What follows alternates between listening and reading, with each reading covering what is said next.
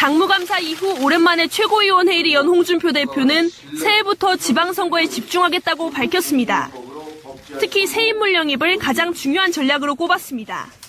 인적 혁신, 조직 혁신을 통해서 당이 새롭게 출발을 하는 내년에는 성풍 바람의 기세로 새로운 자유한국당이 될 것을. 하지만 홍 대표의 인재 영입 구상은 처음부터 꼬이는 모습입니다. 서울시장 후보로 거론됐던 홍정욱 전 의원은 자신의 페이스북을 통해 불출마 뜻을 공식화했습니다. 홍 전 의원은 공직의 직분을 다하기에는 역량과 지혜가 모자라다며 불출마 이유를 밝혔습니다. 앞서 장제국 동서대 총장도 현재 위치에서 감당해야 할 책임이 엄중하다며 공개적으로 부산시장 불출마를 선언했습니다. 부산시장 경남지사 후보군으로 거론됐던 안대희 전 대법관도 측근을 통해 출마할 뜻이 없다고 전했습니다. 홍 대표는 새해부터 김용태 의원을 내세운 제2혁신을 가동해 당내 전략을 맡기고 자신은 지방선거를 초반부터 직접 관리하겠다는 뜻을 나타내었습니다. 하지만 이름이 거론된 인사들이 줄줄이 불출마를 선언하며 홍준표 대표의 전략도 대대적인 수정이 불가피해 보입니다. 자유한국당이 지방선거에 있어서의 가장 난항을 겪고 있는 것은 TK 지역을 제외하고요. 타 지역에서의 인물난을 겪고 있다는 거예요. 그래서 반전의 계기로 민주당 후보에 대항하는 히든카드를 하나 내겠다라고 설왕설래가 됐던 게 바로 홍정욱 씨였어요. 홍정욱 전 의원, 지금 헤럴드 사장이죠. 네, 그렇죠. 이 사람이 계속해서 설왕설래가 되니까 직접 SNS 통해서 밝혔어요. 이렇게 밝히는 게 도리라고 생각한다. 이런 거 있잖아요. 누군가가 출마설을 계속 흘리면 거기에 대해서 부인 안 하면 즐기고 있는 거잖아요. 정치인들은. 그렇죠. 일찌감치 밝혀두는 게 A라고 생각해서 나는 그런 정치를 할 소양이 안 되는 사람이기 때문에 출마하지 않겠다라고 얘기를 했습니다. 이 매너는 정말 좋은 것 같고. 그러다 보니까 홍준표 입장에서는 닥쳤던 개 이런 느낌이에요. 사실. 네. 홍준표 사당에 누가 합류할 건가. 그건 홍준표 졸개가 되는 건데요. 네. 공당이 아닌 홍준표 사당에 합류하는 순간 홍준표의 졸개인데 이 홍준표 대표는 아무리 가도 내년 지방선거면 홍준표 사당은 끝이 났는데 거기에 합류해서 자기의 명예를 더럽힐 수 있을 거냐. 시장이 되고 안 되고는 둘째 문제고 그런 판단을 이 홍정욱 씨는 판단한 것 같아요. 홍정욱 씨가 과거 국회의원도 한번 했지 않습니까?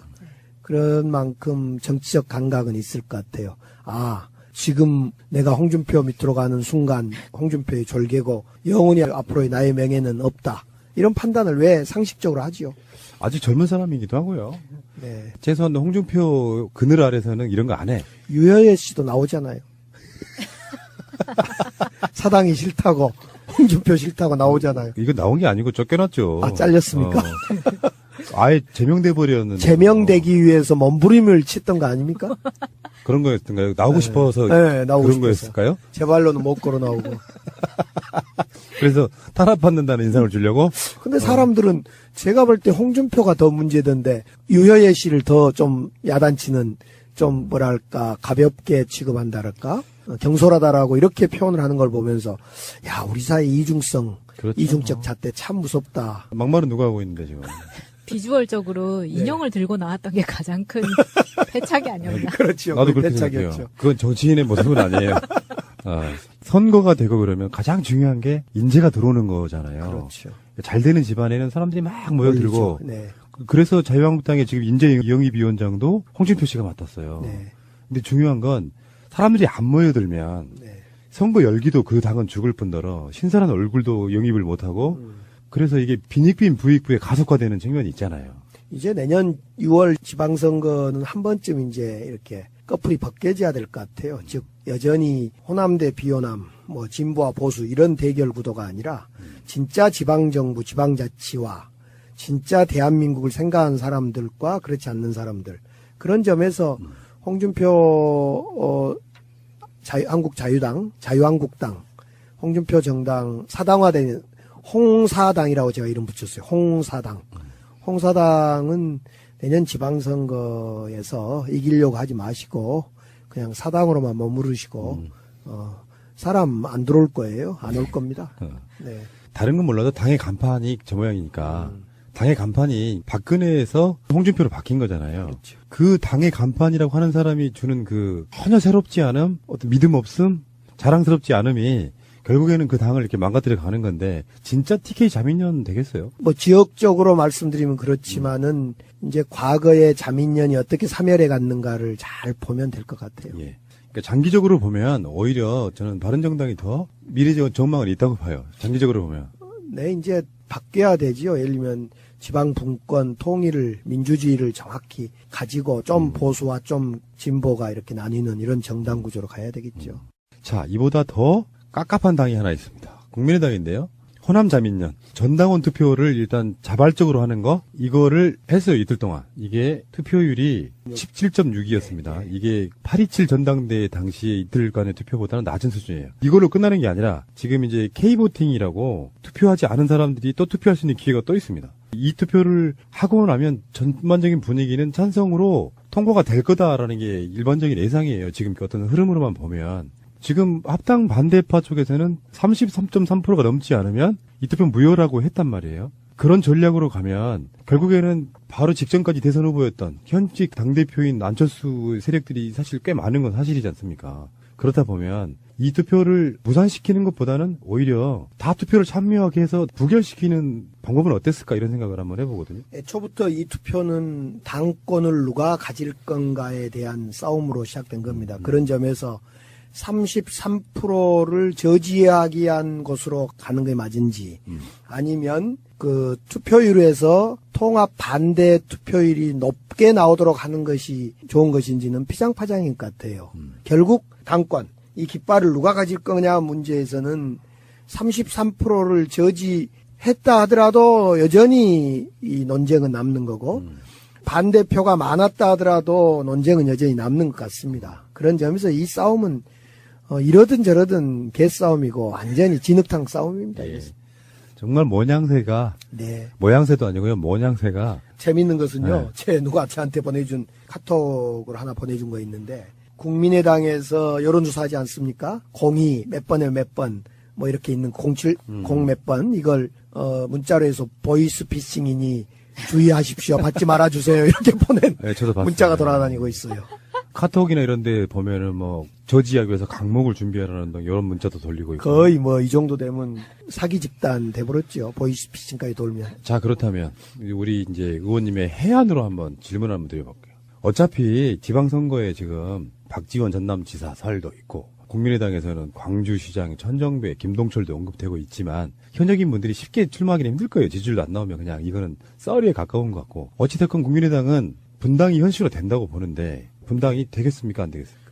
분당이 아니라 안철수를 반대한 사람의 일부 탈당이 있을 겁니다.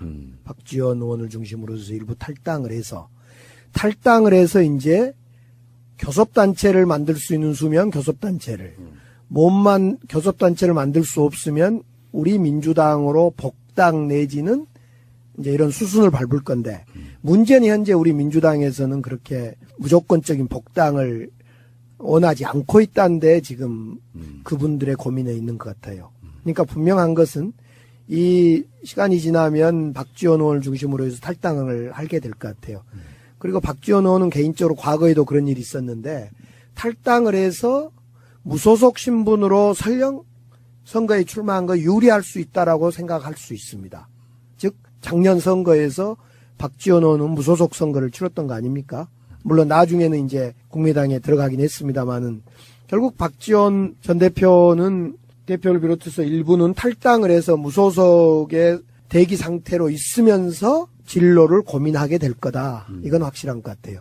그러는 과정에서 그러면 어떤 상황에 민주당과 함께 할 것 같냐. 이것은 순전히 바른정당의 상당수가 자유한국당에 입당을 해서 자유한국당이 만약 일당이 되게 되는 그런 상황에 가게 됐을 때 우리 민주당은 고민이 시작될 거라고 보여집니다. 무소속 지역에 있는 박지원 의원 등을 받을지 말지. 네. 근데 지금 합당 반대 현역 의원이 21명이에요, 공식적으로만. 네. 그러면 굳이 무소속으로 있을 필요 있나요? 이제 그러면 이제 원내 교섭단체를 만드는 거죠. 그리고 이제 당까지로 만들 건가 문제는 그 다음에 판단하겠죠. 당을 만들어서 우리 당과 협상을 할 건지, 그렇지 않고 무소속 상태로 남아 있으면서 추후 지금 이제 선거법 개혁특위나 이런 특위가 운영되기 때문에 선거법의 개정 방향을 보면서 충분히 저는 무소속으로 또는 또 다른 당으로 아니면 민주당에 입당하는 방식 다양한 카드가 있기 때문에 지금 당장 성급히 자기의 진로를 결정하지 않을 거라고 봐요. 그러니까 안철수 씨가 하는 행보를 보면 뻔히 예상되는 것들을 갖고도 강행했다고 하면 사실은 안철수 자체는 이제 호남은 버렸다라고 보는 것도 맞겠죠. 내가 선거 기반을 호남으로 하지 않고 진짜로 보수나 중도 보수 쪽으로 가겠다라고 하는 자기 의지를 드러낸 거라고 보는 게 맞죠. 안철수 생각은 호남을 버렸다기보다도 호남의 오래된 정치인을 버렸다라고 말을 하겠죠. 호남의 국회의원들이 호남의 지지를 전혀 못 받고 있기 때문에 오히려 호남의 지금 오래된 지금 국회의원들을 버리고 상징적으로 새로운 호남의 부대를 만들면서 호남을 새롭게 하겠다라고 포장할 수도 있겠죠. 그러니까 예전 같으면 정치공학적으로 봤을 때 호남으로부터 배척당한 안철수는 사실은 이제 TK나 PK 쪽으로 넘어가서 네. 그쪽 지지율을 가져올 수 있는 부분도 있다는 어떤 그런 계산이 있었을 거라고 봐요. 네. 그러니까 호남 지지율이 한 대선 끝나고도 한 7개월 넘게 전혀 회복이 안 되고 있는 상태를 지켜보면서 이 시점에서 그냥 요식행위로 호남 가서 당원들 이야기도 들어보고 하지만 뻔히 바른정당과의 합당에 있어서 반대의 목소리가 극렬한데 밀어붙인다고 하는 것은 외연 확장의 문제도 있겠지만 사실 속내에서는 호남 떨어져 나가도 상관없다. 이렇게 정치적인 입장을 갖고 있는 거잖아요. 호남은 진즉 떨어져 나갔고요. 지금 현역 의원 일부 통합 반대하는 사람들이 있든 나가든 호남의 지지 여부하고는 아무 관계가 없다. 이렇게는 이제 기본 분석은 그렇게 하고 있는 것 같아요. 아, 그렇군요. 네. 자, 어쨌건 오늘도 좋은 말씀 많이 들었고요. 빨리 가셔야 되니까 마지막 방송 고생하셨고요. 새해에 뵙겠습니다. 고맙습니다. 새해 뵙겠습니다. 라는 걸 보면서 야 우리 사회 이중성, 그렇죠. 이중적 잣대 참 무섭다. 막말은 누가 하고 있는데 지금. 비주얼적으로 인형을 들고 나왔던 게 가장 큰 패착이 아니었나. 그렇죠. 나도 거의 그렇게 패착이었죠. 생각해요. 그건 정치인의 모습은 아니에요. 선거가 되고 그러면 가장 중요한 게 인재가 들어오는 거잖아요. 그렇죠. 잘 되는 집안에는 사람들이 막 모여들고 올리죠. 네. 그래서 자유한국당의 지금 인재영입위원장도 홍준표 씨가 맡았어요. 네. 근데 중요한 건 사람들이 안 모여들면 네. 선거 열기도 그 당은 죽을 뿐더러 신선한 얼굴도 영입을 못하고 그래서 이게 빈익빈 부익부에 가속화되는 측면이 있잖아요.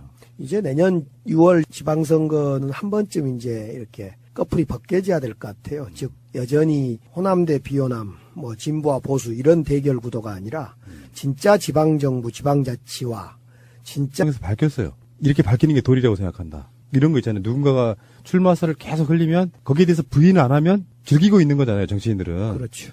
일찌감치 밝혀두는 게 A라고 생각해서 나는 그런 정치를 할 소양이 안 되는 사람이기 때문에 출마하지 않겠다라고 얘기를 했습니다. 이 매너는 정말 좋은 것 같고 그러다 보니까 홍준표 입장에서는 닥쳤던 개 이런 느낌이에요. 사실. 네. 홍준표 사당에 누가 합류할 건가? 그건 홍준표 졸개가 되는 건데요. 네. 공당이 아닌 홍준표 사당에 합류하는 순간 홍준표의 졸개인데 이 홍준표 대표는 아무리 가도 내년 지방선거면 홍준표 사당은 끝이 났는데 거기에 합류해서 자기의 명예를 더럽힐 수 있을 거냐. 시장이 되고 안 되고는 둘째 문제고 그런 판단을 이 홍정욱 씨는 판단한 것 같아요. 홍정욱 씨가 과거 부산시장 불출마를 선언했습니다. 부산시장 경남지사 후보군으로 거론됐던 안대희 전 대법관도 측근을 통해 출마할 뜻이 없다고 전했습니다. 홍 대표는 새해부터 김용태 의원을 내세운 제2혁신을 가동해 당내 전략을 맡기고 자신은 지방선거를 초반부터 직접 관리하겠다는 뜻을 나타내었습니다.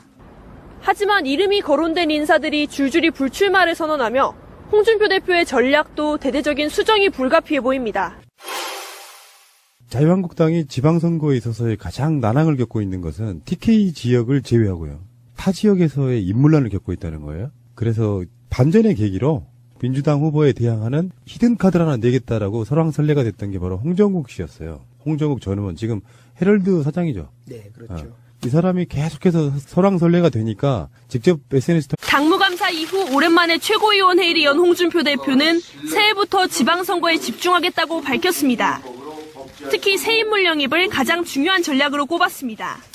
인적 혁신, 조직 혁신을 통해서 당이 새롭게 출발을 하는 내년에는 성풍 바람의 기세로 새로운 자유한국당이 될 것을.